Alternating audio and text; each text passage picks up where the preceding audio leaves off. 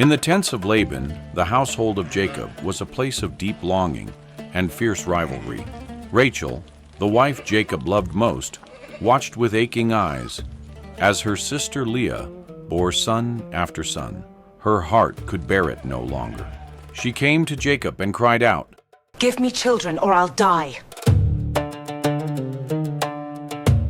Am I in the place of God, who has kept you from having children? It was a household torn between love and desperation, between faith and the raw anguish of the unfulfilled. In her desperation, Rachel gave her servant Bilhah to Jacob, and through her 2 sons were born, Dan and Naphtali.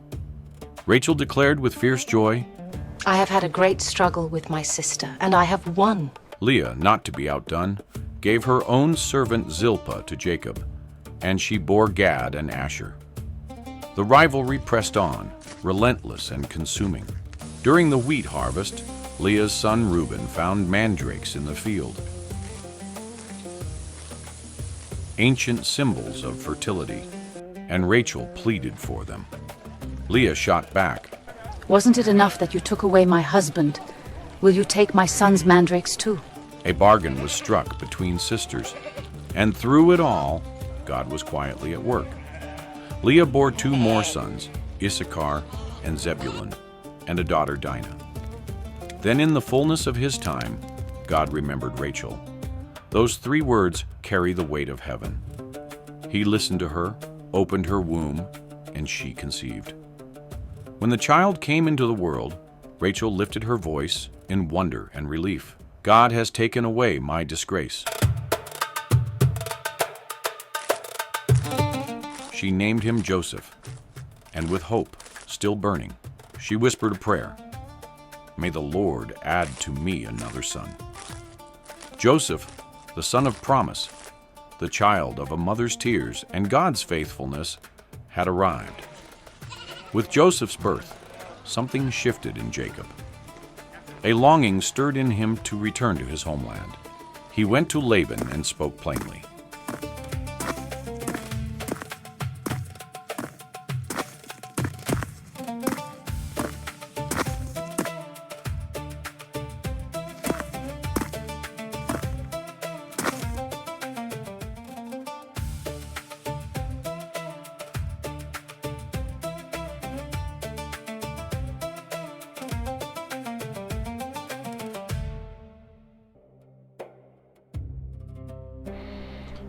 Send me on my way so I can go to my own homeland. Give me my wives and children for whom I have served you, and I will be on my way, Eldam.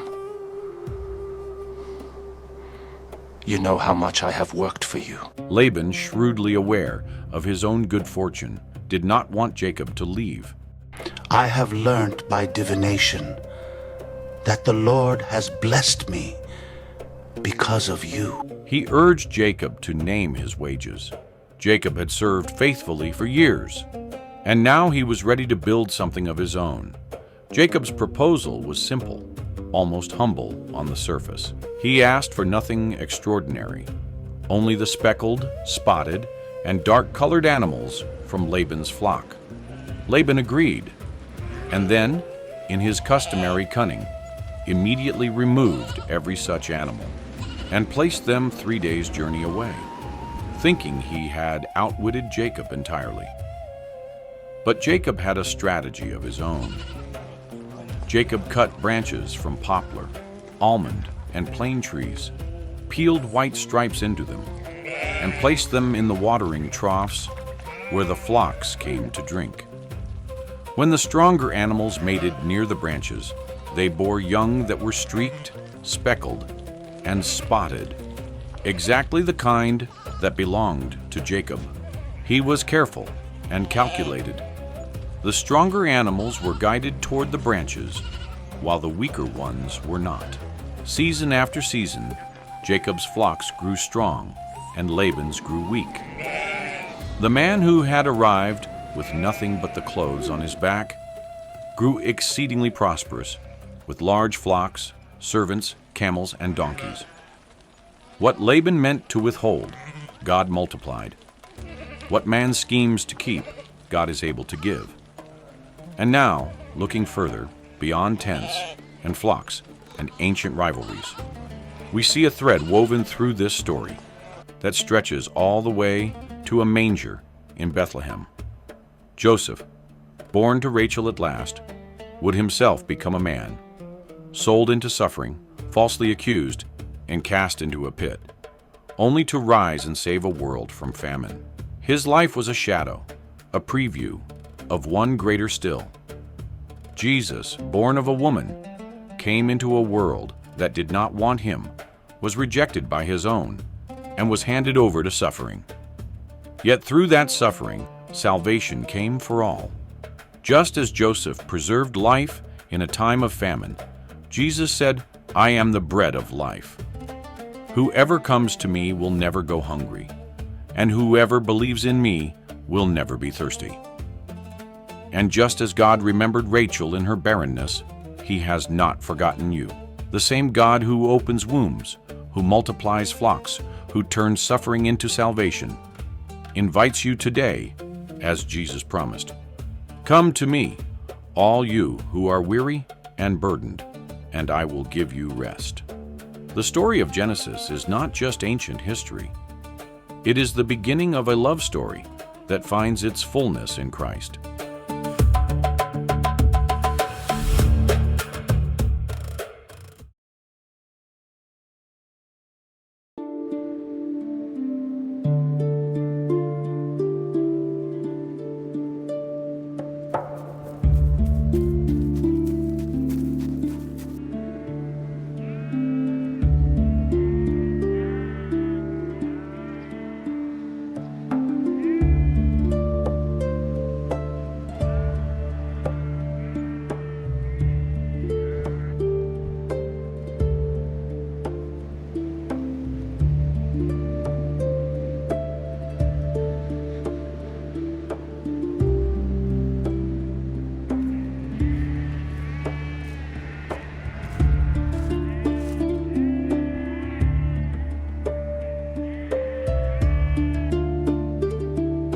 "20 years is a long time to be away from home."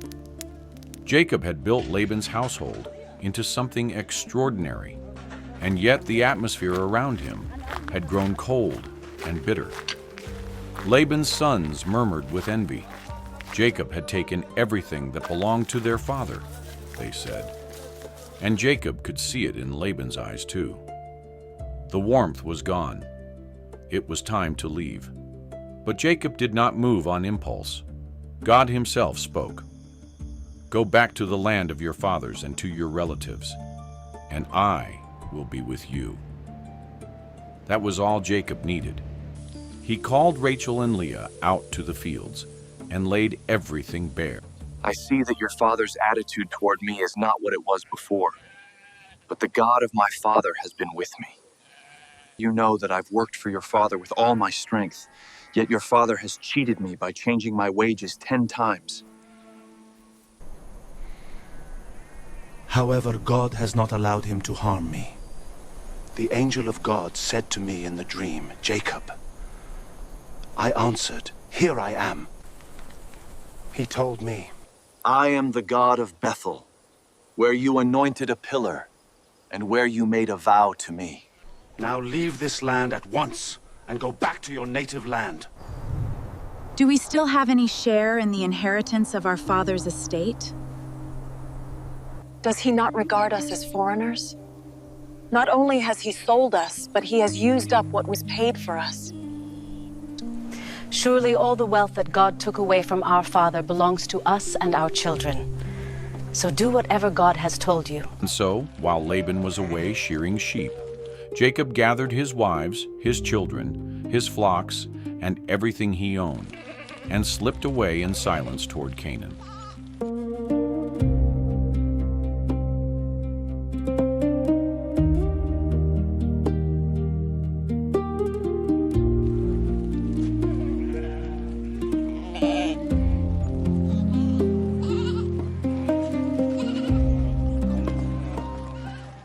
Three days passed before Laban knew.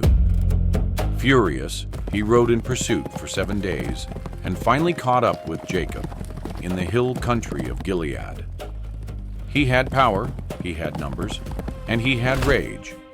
But the night before he reached Jacob, God came to him in a dream. Be careful not to say anything to Jacob, either good or bad. The God of Jacob had arrived first. When Laban confronted Jacob, his words dripped with wounded pride. What have you done? You've deceived me, and you've carried off my daughters like captives in war. Why did you run off secretly and deceive me? Why didn't you tell me? So I could send you away with joy and singing to the music of timbrels and harps. You didn't even let me kiss my grandchildren and my daughters goodbye. You have done a foolish thing. I have the power to harm you. But last night the God of your father said to me, be careful not to say anything to Jacob, either good or bad. Now you have gone off because you long to return to your father's household. But why did you steal my gods? I was afraid, because I thought you would take your daughters away from me by force. But if you find anyone who has your gods, that person shall not live. In the presence of our relatives, see for yourself whether there is anything of yours here with me, and if so, take it. Jacob, unaware that Rachel had hidden the household gods beneath her camel's saddle, threw open every tent and every bag. Laban found nothing. And now Jacob's own voice rose with the force of 20 years of silent endurance. What is my crime? How have I wronged you that you hunt me down? Now that you have searched through all my goods, what have you found that belongs to your household? Put it here in front of your relatives and mine, and let them judge between the two of us. I have been with you for 20 years now. Your sheep and goats have not miscarried, nor have I eaten rams from your flocks. I did not bring you animals torn by wild beasts. I bore the loss myself. If the God of my father, the God of Abraham and the fear of Isaac, had not been with me, you would surely have sent me away empty-handed. But God has seen my hardship and the toil of my hands, and last night he rebuked you. Laban had no real answer, so he proposed what men propose when they have lost, but cannot admit it: a covenant. Stones were gathered into a heap, a meal was shared, and the place was named Mizpah, with Laban declaring, "May the Lord keep watch between you and me when we are away from each other." A sacrifice was offered. The night passed, and in the morning Laban kissed his grandchildren, blessed his daughters, and turned back for home. Jacob watched him go, and then turned his own face toward the land of promise. And standing at a distance from these ancient hills, we see once again the shadow of something greater. And at the cross, what looked like defeat became the greatest covenant ever sealed, not in stone on a hillside, but in blood and grace on Calvary. Jesus said, "I am the way and the truth and the life. No one comes to the Father except through me." The Mizpah stone stood as a witness between two men. The cross stands as a witness between a holy God and all of humanity. A promise that He sees your hardship, He knows your toil, and He has made a way home.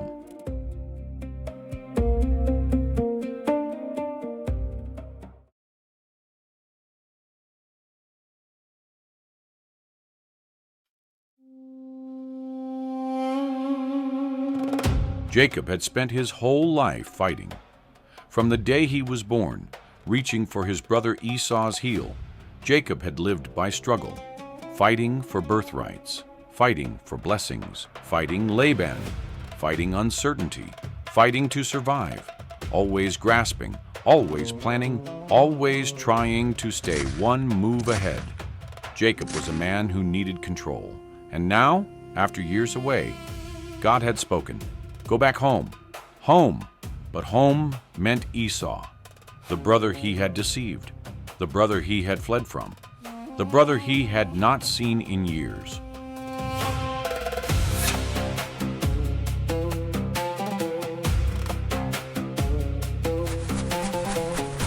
Joseph, my son. So Jacob sent messengers ahead of him. This is what you are to say to my lord Esau. Your servant Jacob says, I have been staying with Laban and have remained there till now. I have cattle and donkeys, sheep and goats, male and female servants. Now I am sending this message to my lord, that I may find favor in your eyes. Jacob waits. Then the messengers return. We went to your brother Esau, and now he is coming to meet you, and 400 men are with him. 400 men. And suddenly everything changes, because Jacob thinks he might die tomorrow. Fear, anxiety, regret, guilt, uncertainty. God said, go home. Reality said, Esau is coming. 400 men. Jacob had an internal collision. God's promise on one side, his fears on the other. And in great fear and distress, Jacob divided the people who were with him into two groups. Because this was Jacob, still calculating, still preparing, still trying to control outcomes.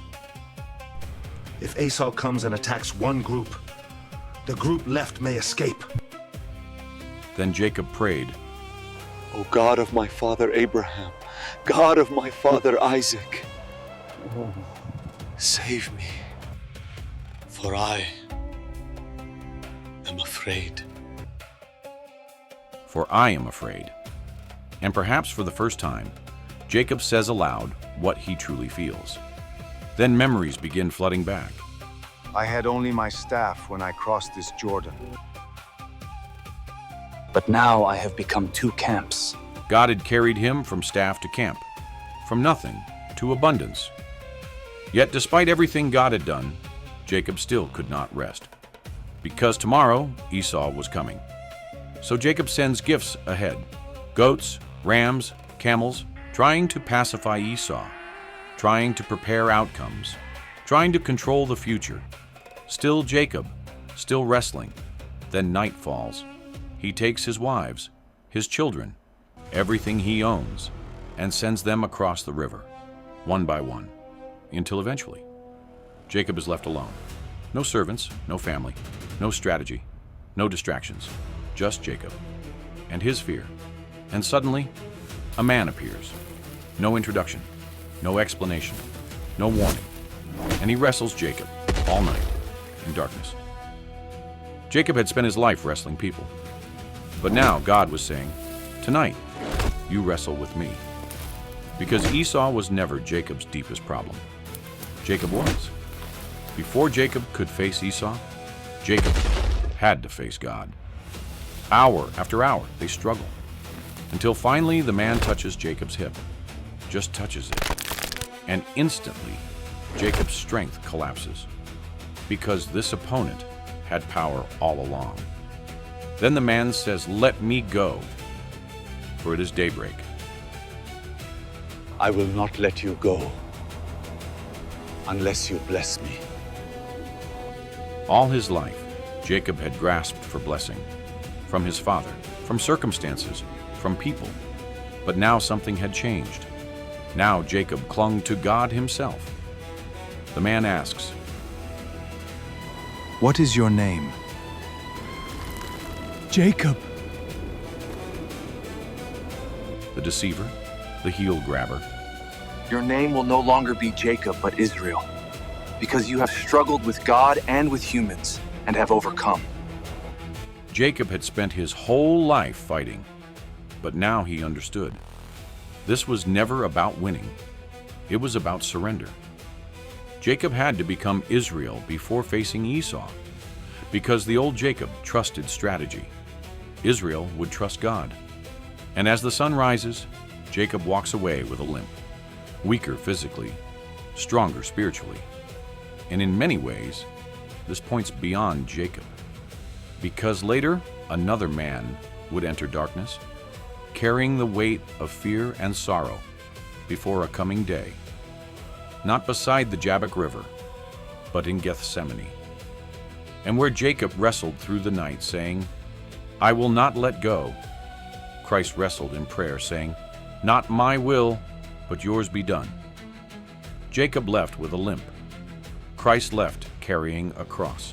And through struggle came a new name.